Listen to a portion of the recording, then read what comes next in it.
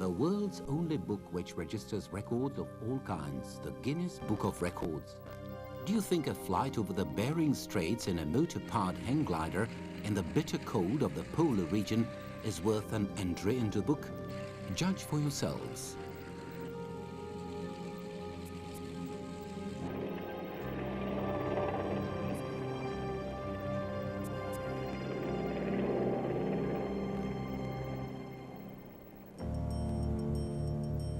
On March the 10th, 1992, a chartered military plane AN-20 took off from Vladivostok. Flying over Madagan and Adadir, it carried expedition members to Lavrentia, including pilots Jiří Zítka from the Czech town of Lysá nad Labem, the expedition's main organizer Yevgeny Ananin from Vladivostok, the ever-smiling Ukrainian Sergei Zozula,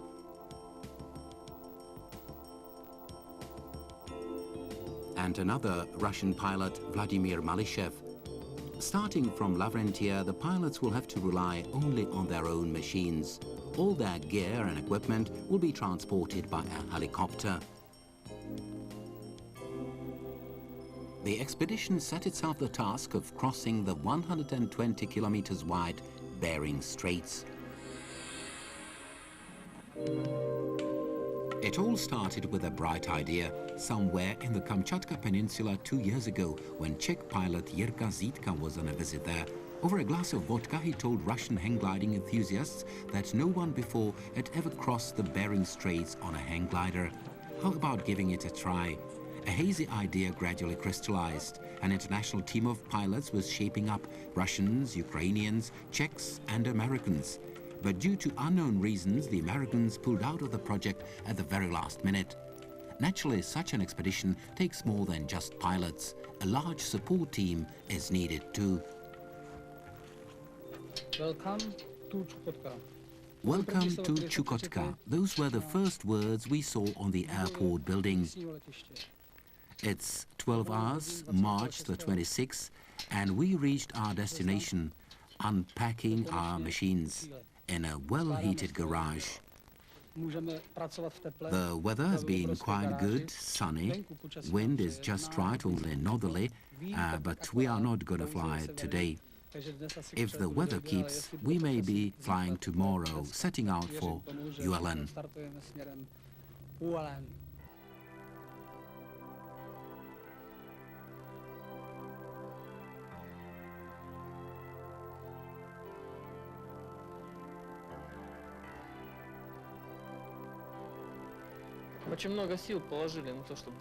We've lost a lot of strength, but we are ready to continue. I believe in my own pals, relying on their strength, their help, and your too. I hope we'll fly across.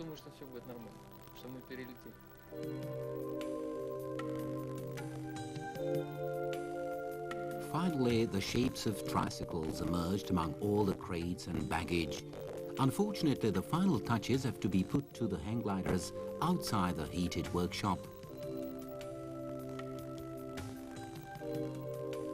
Preparations had to be very thorough. All the necessary permits had to be obtained because Russia's Chukotka is still a strictly guarded military zone. American entry visas and many other documents had to be arranged too. The equipment was another problem. Nobody had any experiences with the Arctic region. Even the Russians had not flown there before. Final engine testing has to be made before the first flights in the biting frosts.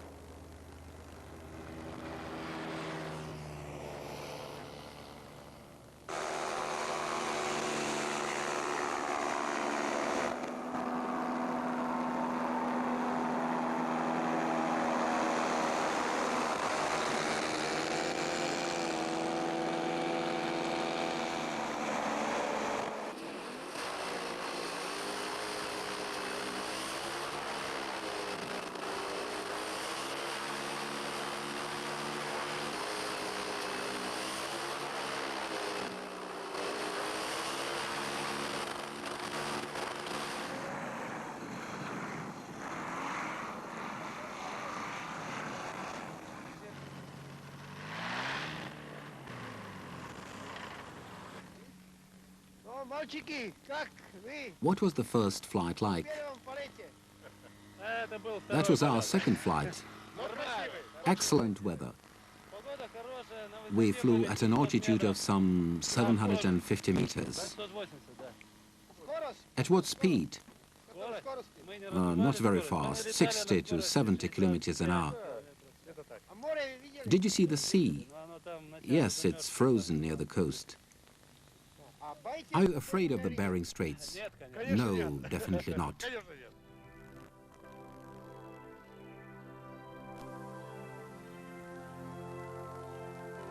Each expedition of this kind is immensely costly, and that is why sponsors have to have their field day.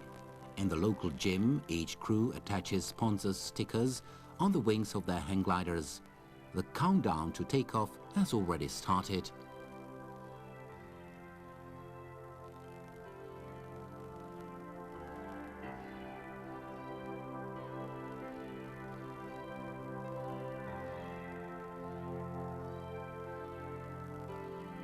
Before the first stage, the hang gliding pilots dropped into a local bar frequented by helicopter pilots who ship all the supplies to this part of the world and who usually come in for a few glasses every evening. Sort of local bus drivers. When they found out what's cooking, they were shocked. "Are you crazy?" they asked. "We've been flying there regularly. We know the kind of conditions out there. The turbulences are so extreme that a helicopter is easily overturned. You cannot survive that, believe us." Maybe we'll be lucky, the hang gliding pilots would comfort themselves. But they knew very well that the local guys have been flying there for 10 or 15 years. Maybe they are right. Maybe we have all really gone crazy.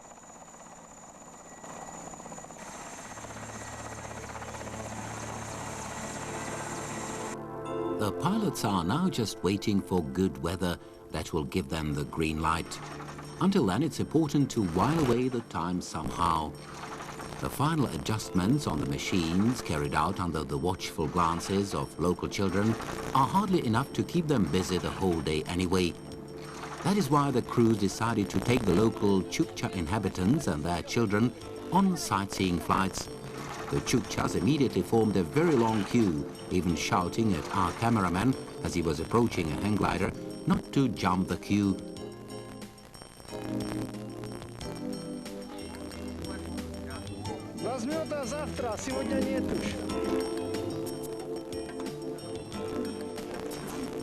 Their enthusiasm for flying knew no boundaries. Even though they never saw a hang glider before, they courageously entered the winged tricycles to get a bird's-eye view of their town.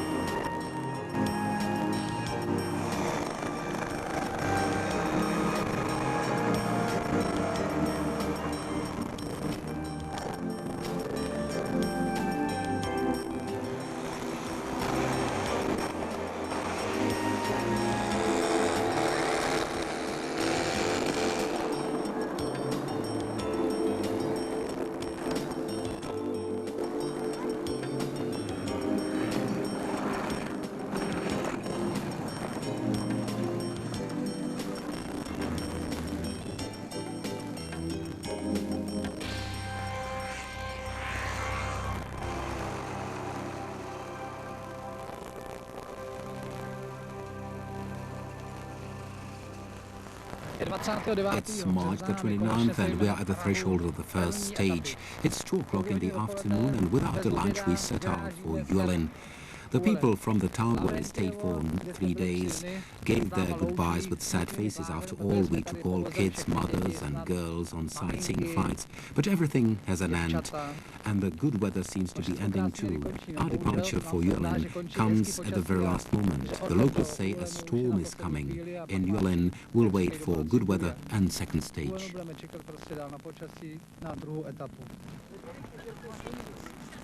After several days' stay in Lavrentia, the 4 crews finally set out on their way. The weather's good, just minus 22 degrees Celsius, a northeasterly wind 4 meters per second, sunny, no clouds.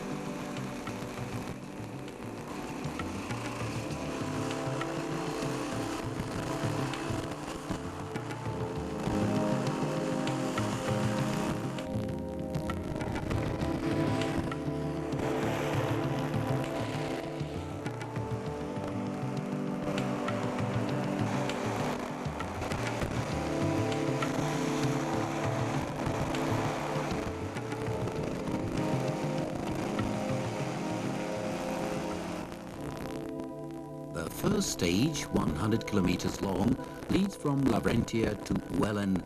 After crossing the Lavrentia Bay, the hang gliders will be soaring towards the ice mountains ahead.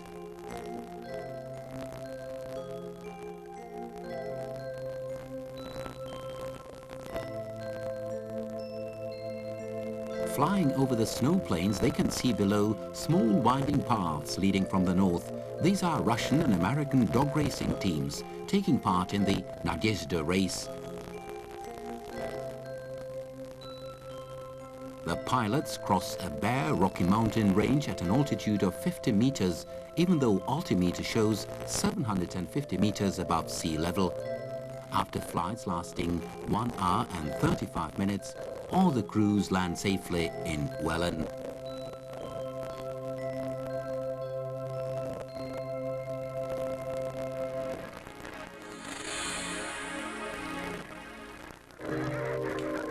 Wellen is set amidst gorgeous countryside which can only be found in a virgin land. It is situated right on the shore of the Bering Straits in an icy wilderness where the sea is frozen over most of the winter. The life of the local inhabitants is harsh too. The Chukchas have come to realize that communism has ended its rule, and with it the reign of the Russians. And they are now eager to rule themselves. Let the Russians go, they say. We are going to establish our own Chukcha Republic. But nobody really considers the option of having to make do without Russian assistance. They are utterly dependent on Russian supplies, and their traditional way of life can hardly be restored. Carving seals' tusks is not only a throwback to the bygone days, but also a good business. But there is a strict ban on importing these products in the United States, as the Americans are bent on protecting seals.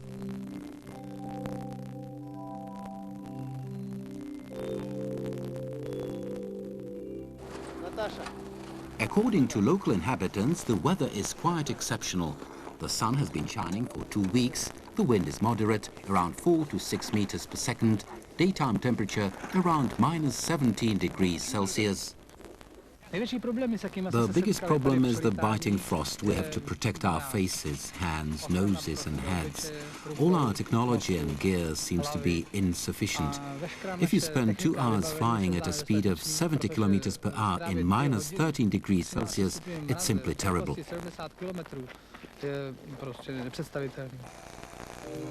Although the weather is that good, the flyers have not yet received permission from the military to take off.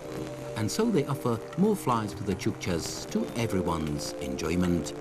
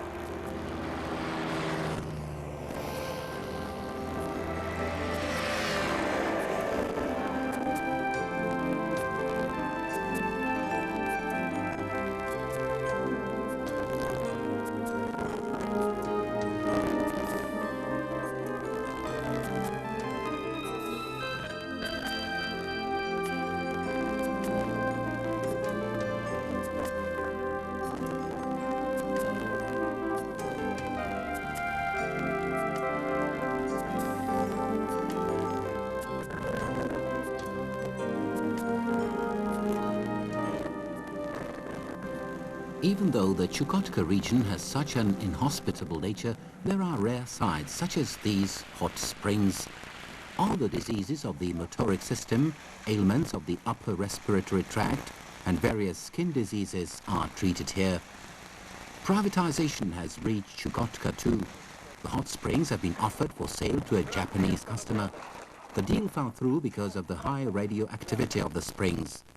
The expedition's pilots, however, relaxed and regained their strength there. With the ambient temperature of minus 25 degrees Celsius, water is about 36 degrees warm.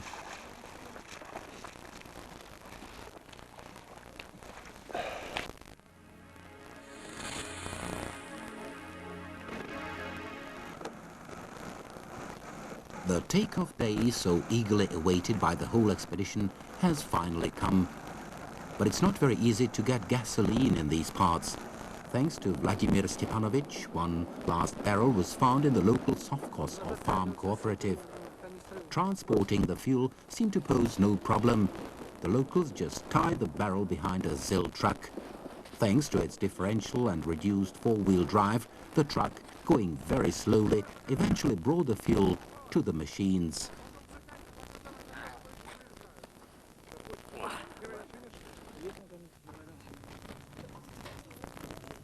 After mixing gasoline and oil, all the pard hang gliders tanked up the mixture. The crews donned special protective watertight clothing. In an emergency, one should survive in the icy waters of the Bering Straits for as much as 3 hours. The last layer are warm trousers and parkas. Everyone has to take only the barest necessities, as no hang glider should be overloaded. Only Zhenya Ananin, who's flying alone, is unaware of carrying a bottle of champagne his colleague secretly packed into his baggage. Where are you off to? America, I guess. What route? By air. What are you going to see? Many interesting things on the way, and in America. Ice and ocean from the air. In America, I don't know. Will the sea be frozen over, half and half? How about the islands? After some 50 kilometers. How many kilometers altogether? According to me, some 85 kilometers. Are you afraid? Yes, a little bit. Are you afraid? No, definitely not. I would say I feel respect. That is the right word. The Bering Straits are frozen, but the radio reported today that the wind had turned 50 meters per second. And a southerly wind, and that brings a thaw. And naturally, turbulence is thawing ice. We got special protective watertight clothing and walkies-talkies. I think that should something happen, I believe everything will be all right, but in any case, the clothing should save us.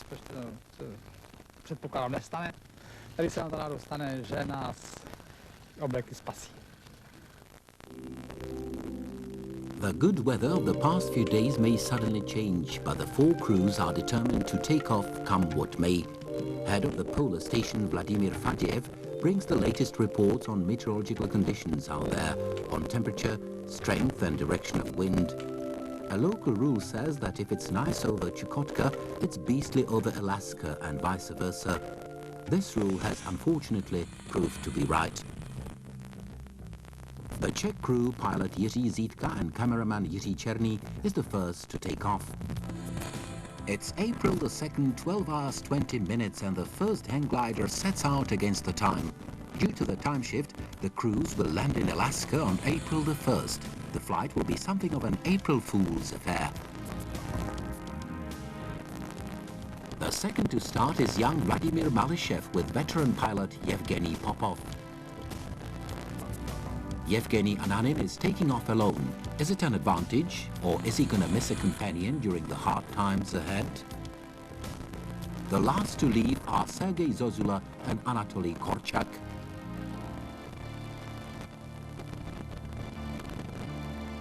The flight from Uelen to Wales is 120 kilometers long, and in good weather, It could last 2 hours. 3 weeks before the arrival of the expedition, a hurricane broke up the ice cover of the Bering Straits. Ice now lines the coast, forming a pointed wall. Further off coast, big and small ice floes float. There is no ice in the middle. Water temperature is -1 degree Celsius. From now, all the crews will have to rely solely on themselves.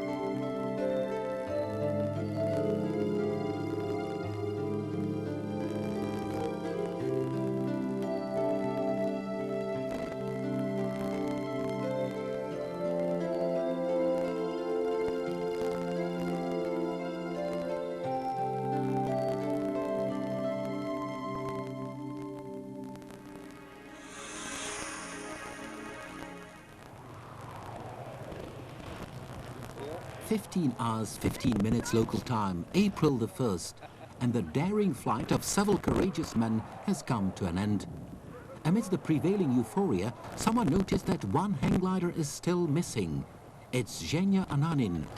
Everybody's thinking of the chances he has. Even Bridget Ellis, the world's youngest woman pilot, who was to have flown with the expedition. Mike Jacober, president of the Flyers of Alaska Club, talks to the others about the next step. Looking at their watches every now and then, everyone keeps asking anxiously, has he run out of gasoline? Can he still be in the air?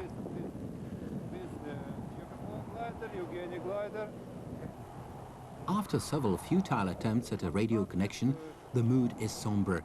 Some people being on the verge of giving Ananin up for dead. Yet most still believe he has enough strength to fight his way through the gathering storm and reach the airport. Everyone's eyes are riveted on the horizon in the north. If there is any hope at all, he will appear there. 40 minutes pass since the last crew landed. Finally, a tiny dot emerges and everyone gives a sigh of relief. The history-making flight over the Bering Straits has been accomplished.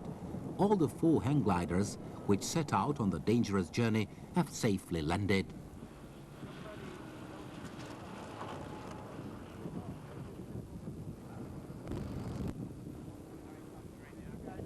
Why I wanted to fly across this Bering Strait is because I wanted to do something with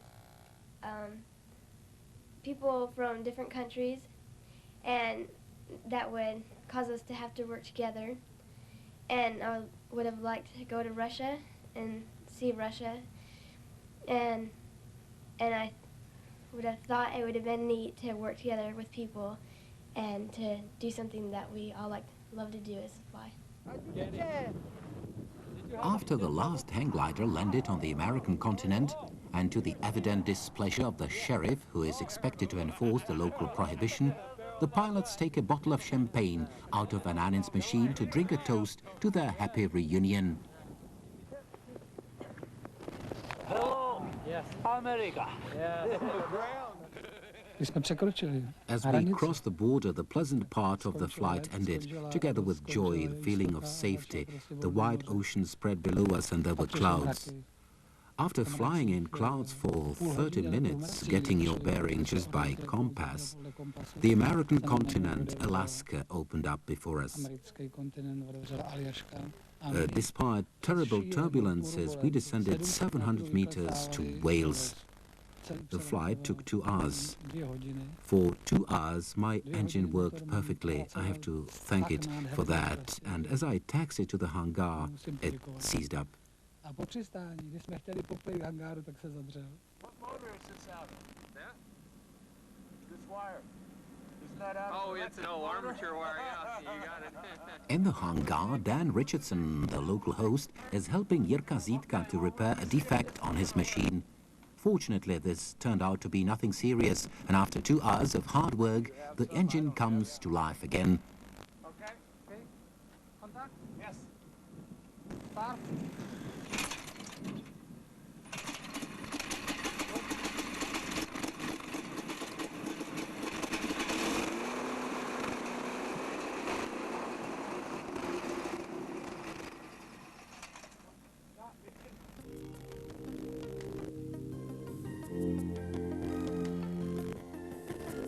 Transport in the town of Wales is mostly provided by snow motorbikes and sleds.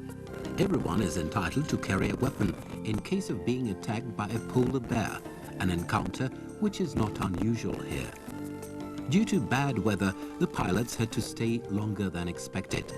And that is why they joined the local inhabitants in their daily chores, like going to the Blue Lagoon for ice cubes for the production of drinking water. This is the only source of fresh water around Wales.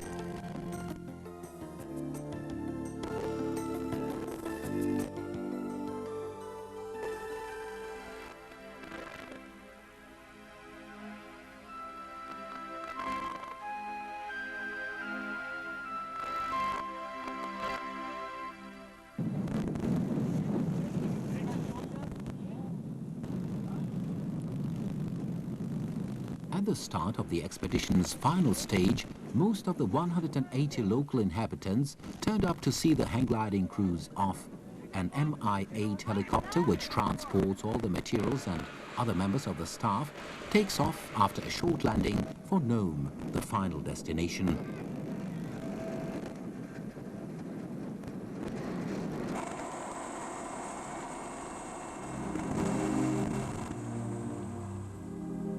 This stage from Wales via Teller to Nome was actually added because of the American pilots who were expected to have flown with the expedition. Eventually, the crews managed to finish that stage with flying colors as well. The way of life in Ualen is like life a century ago. There is a team of dogs in front of each timbered house. The Chukchas use sleds. As a rule, their teeth are decayed. They suffer from vitamin shortages. Their livelihood comes from bone carvings. They wear traditional clothing. On the other side is the American nation, slightly spoiled. For 16 kids, they built a large school with 5 teachers. The region is perfectly supplied. Each family has a video. There is a snow motorbike in front of each house. Dogs are mostly kept as a decoration. If I were to choose the side I like better, I'd opt for the Russian side. Ualen, that is, according to me, the life in the true far north.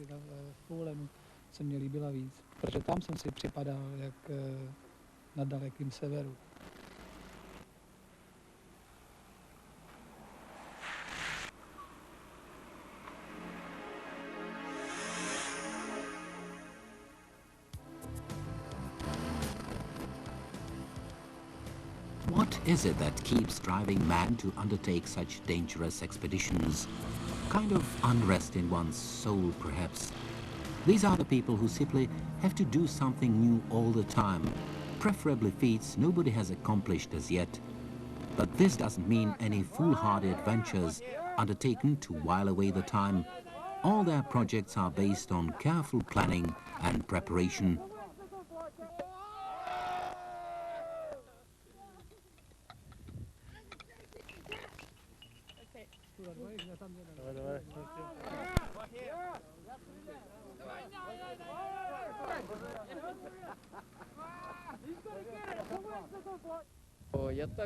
I'm ever so happy we've all landed safe and sound.